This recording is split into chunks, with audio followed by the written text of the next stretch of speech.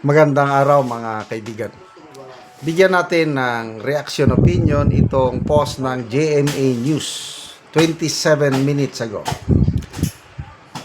Tila hindi raw siniseryoso ng kampo ni Vice President Sara Duterte ang impeachment trial laban sa kanya, ayon kina House Impeachment Team spokesperson Representative Sia Adjong at Rene Co.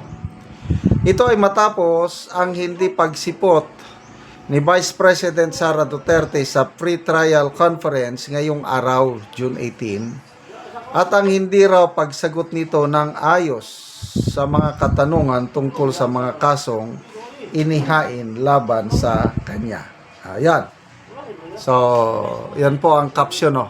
House Impeachment Team sa hindi pagsipot VP Sara pre-trial conference, they're not taking this seriously. So, big sabihin, nagre-reklamo itong House Impeachment Team. They're expecting the Vice President to attend. Kagaya ng ginawa niya doon sa Committee on Justice proceedings, hindi naman siya nag-attend. So, dito, pre-trial man o sa trial proper, ano bang nakalagay sa rules? Ang alam ko sa rules, sa impeachment, ang Vice Presidente, meron siyang option to attend or not to attend. So, ito ngayon, nagre-reklamo sila. Ang importante, nandun yung defense lawyers ni VP Sara. Okay. So, pre-trial pa ito hindi pa yung, kaya hindi pa to live stream, hindi pa. May mga pinag-uusapan lang. Ako, nakapanood ako ng yung kaibigan kong sinampahan ng kaso. Talagang sinuportan ko, inalalayan ko. Noong after ng arraignment, yung sabihin mo lang kung guilty or not guilty. Yung kaibigan ko siya, not guilty, Your Honor. Plead ka ng guilty or not guilty. Kasi kung nagsabi ka guilty, nako, tapos na. Wala nang trial, sisentensyahan ka na lang. Kailang medyo magaan ang sentensya kung mag-plead guilty ka. So, dahil yung kaibigan nag-plead not guilty, tuloy ang trial. So, after yung arraignment, yun na pre-trial. Anong pinag-uusapan sa pre-trial? Mga schedule. Schedule yan. So, yung kaibigan ko, nasampahan ng kaso.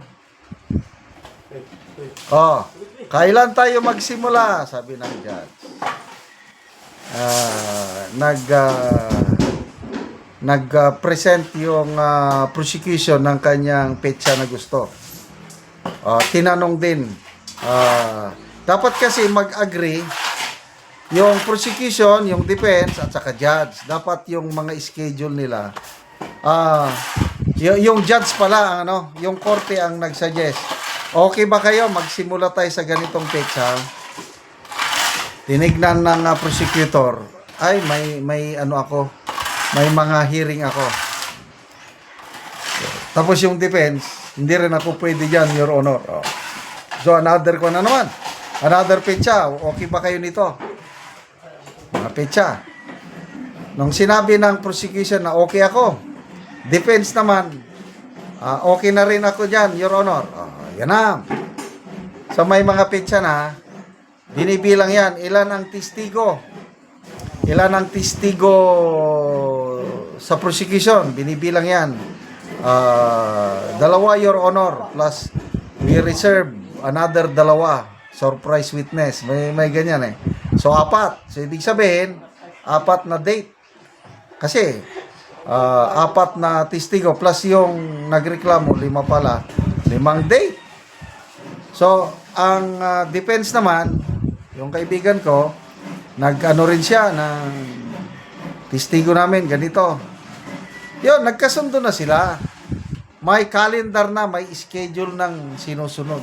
Ganyan po ang nangyayari sa pre-trial conference o pre-trial hearing sa korte, sa regional trial court.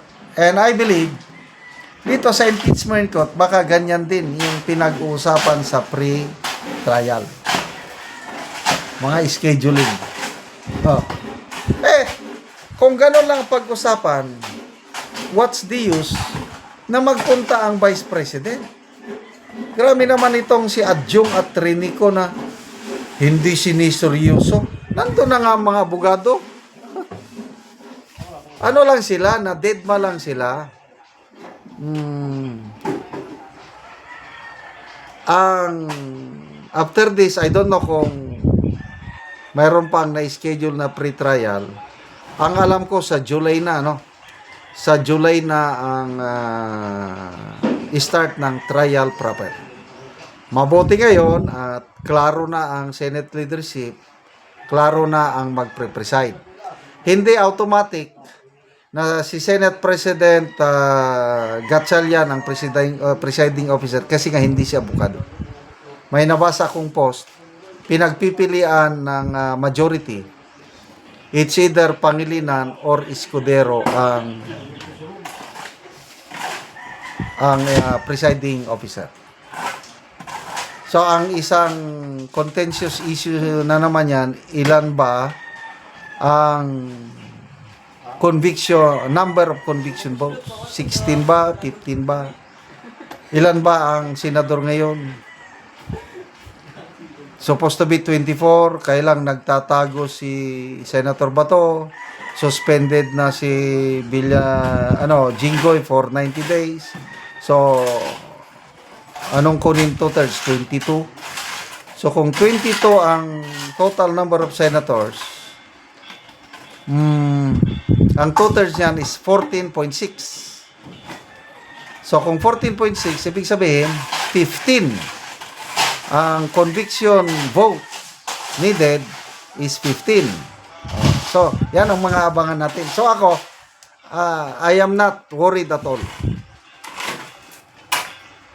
Sigurado ako, mananalo si VP Sara sa trial na ito. Kaya, relax lang po tayo, mga kapwa ko, BDS.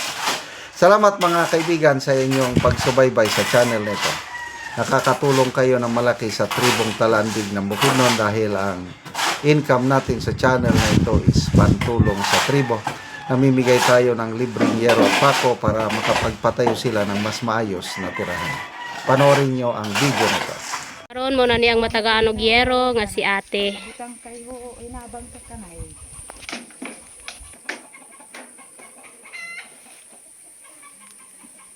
So mao ni ang balay ni ate. So kawayan lang siya. So makita nimo nga natagaan siya og yero. Dako gid akong pasalamat nga nabutan ni atop nga bisag layo ang amua. Dagan sa alamat sa Ginoo.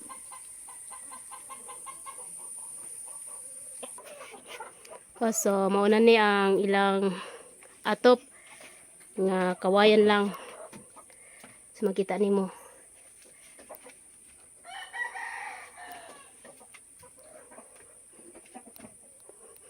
So mo pud ni ang ilang kahimtang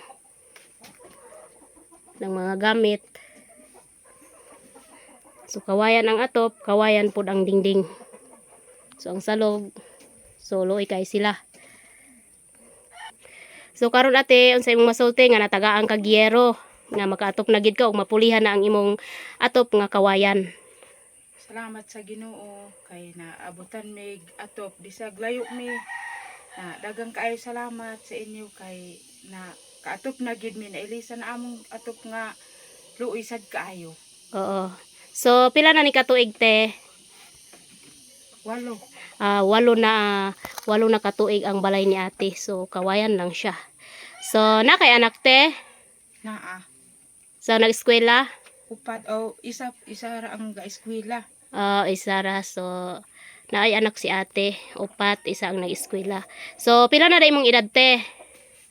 43. So 43 na ka ate. So nganong kawayan man ang inyong kuante? Atop. di manggod ka kahampudan sa among paniguro kay O tungod sa inyong kalisod te, kutobra sa pagkaon ng inyong makwartahan. So panguma lang ang inyong kuante. among Paningkamot. panginabuhi. Oo. So si ate panguma lang ang ilang kuan. Salamat to Ginoo sa nakatadaw video. Salamat kaayo te. Salamat.